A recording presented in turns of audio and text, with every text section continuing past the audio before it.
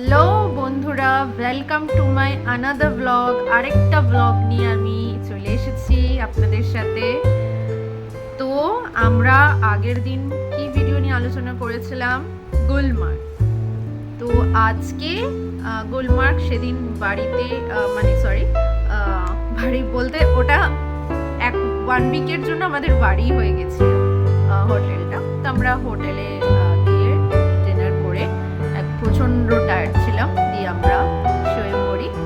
তারপরে মর্নিংয়ে আমরা আজকে যাত্রা শুরু করব শ্রীনগর টু কাটরা। মোটামুটি ডিস্টেন্স আপনার 525 কিলোমিটার। মোটামুটি যদি আপনার ট্রাফিক থাকে সেটা আপনার ধরে নিতে পারেন 8 to 9 hours জার্নি। মাঝখানে আমরা ধাবার জন্য একটা জায়গায় হল্ট করেছিলাম, মানে লাঞ্চের জন্য একটা ধাবায়। তো আমাদের পুরো অ্যারেঞ্জমেন্টস ছিল সেখানে, আমরা যাদের সাথে গেছিলাম। তো মর্নিংয়ে আমরা ব্রেকফাস্ট করে বেরিয়ে পড়লাম কাটরার উদ্দেশ্যে। মাঝখানে আমরা একটা জায়গায় যেরকম বললাম হল্ট করেছিলাম। পৌঁছতে আমাদের অলমোস্ট অনেক রাত হয়ে যায়। আমাদের হোটেলের চাবি পেতে পেতে আমরা ডিসাইড করেছিলাম রাস্তাতেই যে আমাদের যদি তাড়াতাড়ি আমরা পৌঁছে যাই তাহলে আমরা রাত্রে যাত্রা শুরু করব মায়ের দর্শন। কিন্তু আনফর্চুনেটলি সেটা হয়ে ওঠেনি। কেন? সকালে অনেকটা রোদ উঠে গেলে, কারণ আপনার আরেকটা কথা বলে রাখি, সোনমার্গ, পেহেলগাঁও, গুলমার্গে যেরকম ঠান্ডা ছিল, কাটরা জম্মুতে কিন্তু তার একানিও ঠান্ডা ছিল না। তো সেই ক্ষেত্রে রোদ উঠে গেলে অনেকটা হেক্টিক হয়ে যায় জার্নিটা। তো আমরা ভেবেছিলাম যে যদি রাত্রে হয়ে যায় তো বেটার। তাও তারপরে আমাদের ওই পার্চিটা নিতে হতো। তো সেখানে 9টার মধ্যে আপনার ওই টিকিট কাউন্টার বন্ধ করে দেয় পার্চি দেওয়া, 9 to 9:30। তো আমরা রাত্রে আর ডিনার করে আমার মনটাও খারাপ হয়ে গেছিল।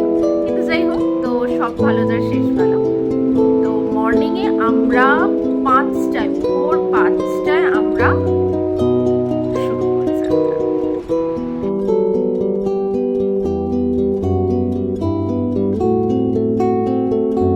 তো আপনারা দেখতেই পাচ্ছেন একদম মর্নিং আমরা 5টায় হোটেল থেকে স্টার্ট করি। আমাদের হোটেলটা একদম মানে একদম কাছাকাছি ছিল। ওখান থেকে আমরা একদম ভোরবেলা অটো নিয়ে বানগাঙ্গা পয়েন্টে উদ্দেশ্যে রওনা দিলাম। তা আমাদের যেহেতু সঙ্গে অনেক লোক ছিল, আমরা অটো রিজার্ভ করে গেছিলাম। মোটামুটি পৌঁছতে লাগলো 5 minutes মতো। তারপরে ওখান থেকে বানগাঙ্গা পয়েন্ট থেকে আপনার পার্চি কাটতে হবে, যেটা একটা ফ্রি অফ কস্ট রেজিস্ট্রেশন। আপনাকে আইডি কার্ড দেবে, সেই আইডি কার্ডটা না নিলে আপনি যেতে পারবেন। তো ওখানেও বেশ খানিকটা লাইন ছিল। আপনাকে বায়োমেট্রিক করে আপনার ফটো নিয়ে আপনার ডকুমেন্টস চেক করে আপনাকে পার্চি দেবে। ওখান থেকে তারপরে আমরা যাত্রা স্টার্ট করি। আমরা অ্যাকচুয়ালি একটা ভুল করেছিলাম। নিচের দোকান থেকে আমরা স্বাভাবিক ফার্স্ট টাইম যাওয়া, নিচের দোকান থেকে যেমন ওই মন্দিরের আশপাশে ডালা দোকানগুলো হয় না, প্রসাদ ডালার, তো সেখান থেকে আমরা এই মায়ের চুনরি, প্রসাদ, তারপরে আমরা ভেবেইছিলাম যে মানে হাঁটবো, তো তার জন্য একটা লাঠি আমরা নিয়েছিলাম পার হেড এরকম। তো সব মিলিয়ে আমরা একদম নিচ থেকে নিয়ে গেছিলাম। তবে পরে মনে হচ্ছিল যে ওপরেও দোকান আছে। পরে গভর্নমেন্টের মাঝপথে আর্থকুমারীর ঠিক আগে পরে একটা দোকান আছে, সেটা গভর্নমেন্টের দোকান। আর মাঝখানে যে প্রচুর দোকান বলবো না, কয়েকটা আছে, তো আমরা নিচ থেকে নিয়ে গেছিলাম। তো আমরা ওখান থেকে যাত্রা স্টার্ট করি। তারপরে যাত্রা স্টার্ট করতে আমি আপনাদের রেটসও দিয়ে দেবো, পিটুস, পালকি আর পনি রাইডের। তো আমরা হেঁটেই গেছিলাম, হেঁটেই এসেছিলাম মাকে দর্শন করে, জয় মাতা দি বলতে বলতে। তো চলুন আমি কিছু পিকস আপনাদের দিচ্ছি।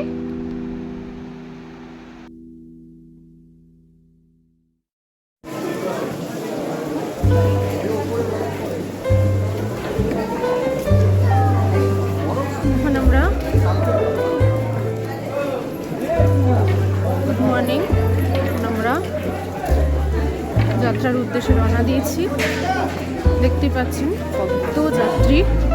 ভোর এখন 6টা বাজে।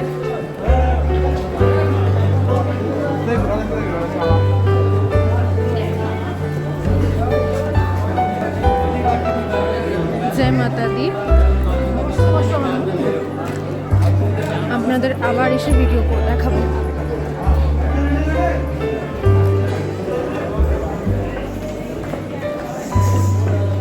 টাটা।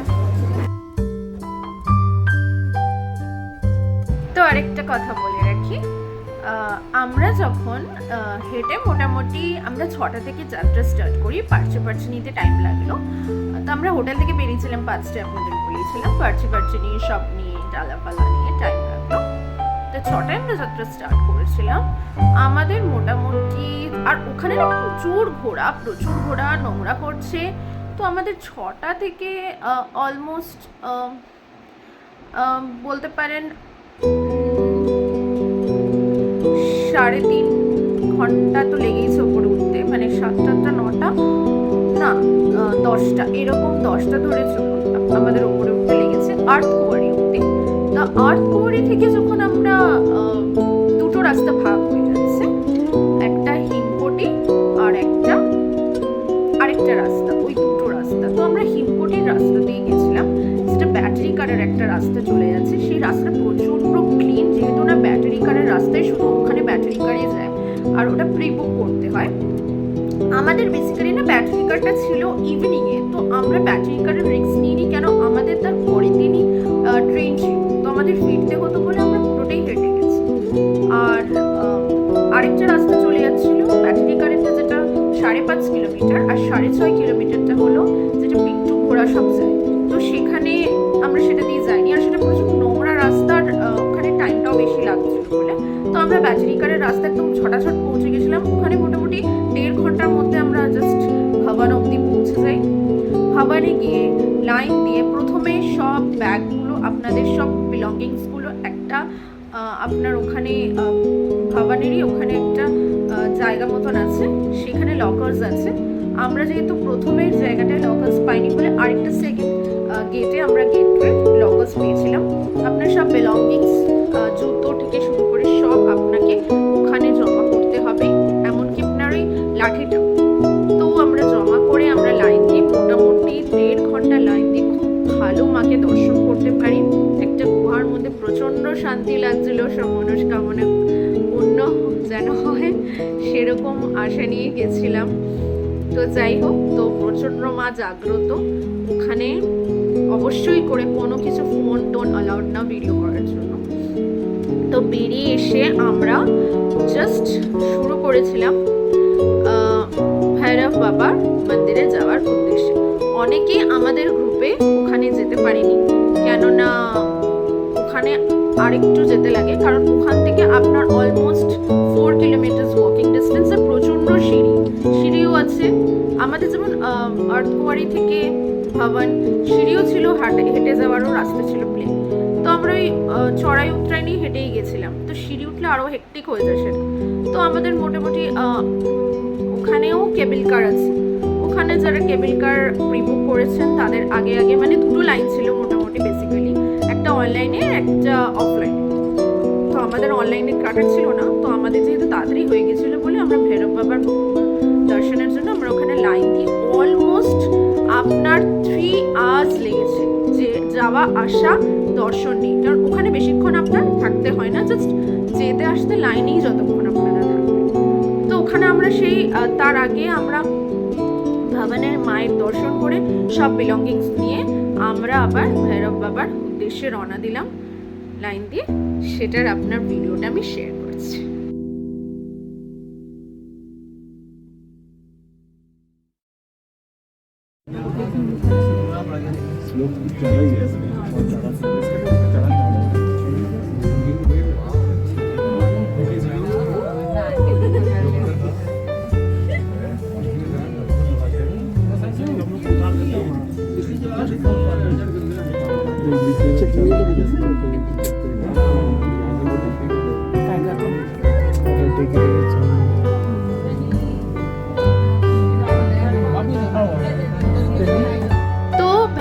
বাবা দর্শন করে প্রচন্ড ক্লান্ত অবস্থায়।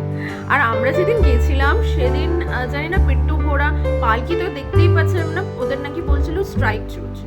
তা আমরা এমনিই ভেবেছিলাম যে আমরা ডিসাইডই করেছিলাম যে পুরো হেঁটে নামবো, হেঁটে যাবো, হেঁটে আসবো। তো ওখান থেকে আমাদের গ্রুপের অনেকেই নেমে গেছিল, কেউ কেউ আমাদের পরে পরে আমাদের সাথে সাথে ছিল। তো আমরা ভৈরব বাবা দর্শন করে, ভালো মতো দর্শন করে, ওপর থেকে ভিউটাও সাংঘাতিক অসাধারণ সুন্দর, তো দর্শন করে আমরা অলমোস্ট বিকেল 5টা থেকে যাত্রা স্টার্ট করলাম ভবন থেকে আর্থকুয়ারি। মোটামুটি 1.5 ঘন্টায় পৌঁছে গেলাম। আর আর্থকুয়ারি থেকে যাত্রাটা একটু হেক্টিক ছিল, কেননা তারপর থেকে ওই নোংরা, ওই আসলে বেসিক্যালি নোংরা রাস্তা বলবো না, নোংরা বলতে গেলে ওই ঘোড়াদের ওই নোংরা করে রাখা আর ওই গায়ের কাছে ঘেসে ঘেসে নিয়ে যাওয়াটাই, ওটা জাস্ট একটু মানে ওদের একটাই আমার বলার আছে যে ওদের যদি আলাদা করে একটা রাস্তা দিয়ে নিয়ে যাওয়া যায় তাহলে দর্শনার্থীরা আরও সেফলি পিসফুলি শান্তিভাবে যেতে পারে। তো আমরা যখন গেছিলাম তখন অলরেডি নবরাত্রির প্রিপারেশন হচ্ছিল, এই বাসন্তী পুজোর টাইমে যে নবরাত্রিটা হয় তার, তো ওই সময়তে তো প্রচণ্ড ভিড় হয় নবরাত্রিতে, অক্টোবর আর এই টাইমটায়, এপ্রিলে।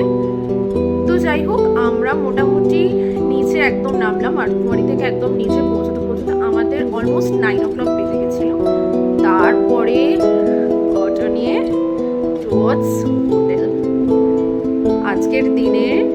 আজকের দিনটা এরকমভাবেই পুরো সারাদিন কেটে গেল। মাকে ভালোভাবে দর্শন করলাম, ভৈরব বাবাকে ভালো করে দর্শন করলাম, কিন্তু আমাদের একটাই যে ওই আর্থকুয়ারি যে গুহাটা আছে, কেভটা আছে, ওটা আমরা যেতে পারিনি, কারণ ওখানে আমি আপনাকে আগেই বলেছিলাম যে আমাদের পরের দিনই ট্রেন ছিল, তো আমাদের পক্ষে পসিবল ছিল না। আপনারা যদি চান, ওখানে যদি 2-3 days আপনারা থাকতে চান, ওখানে অনেক থাকার অপশনও আছে আপনার কাটরাতে।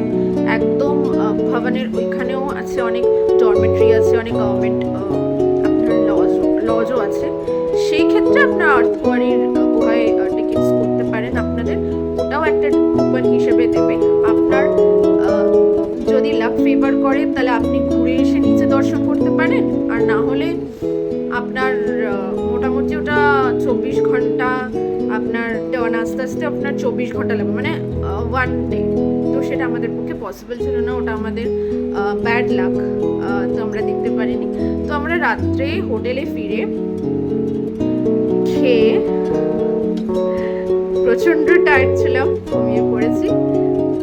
বাস আজকের জন্য এইটুকুই।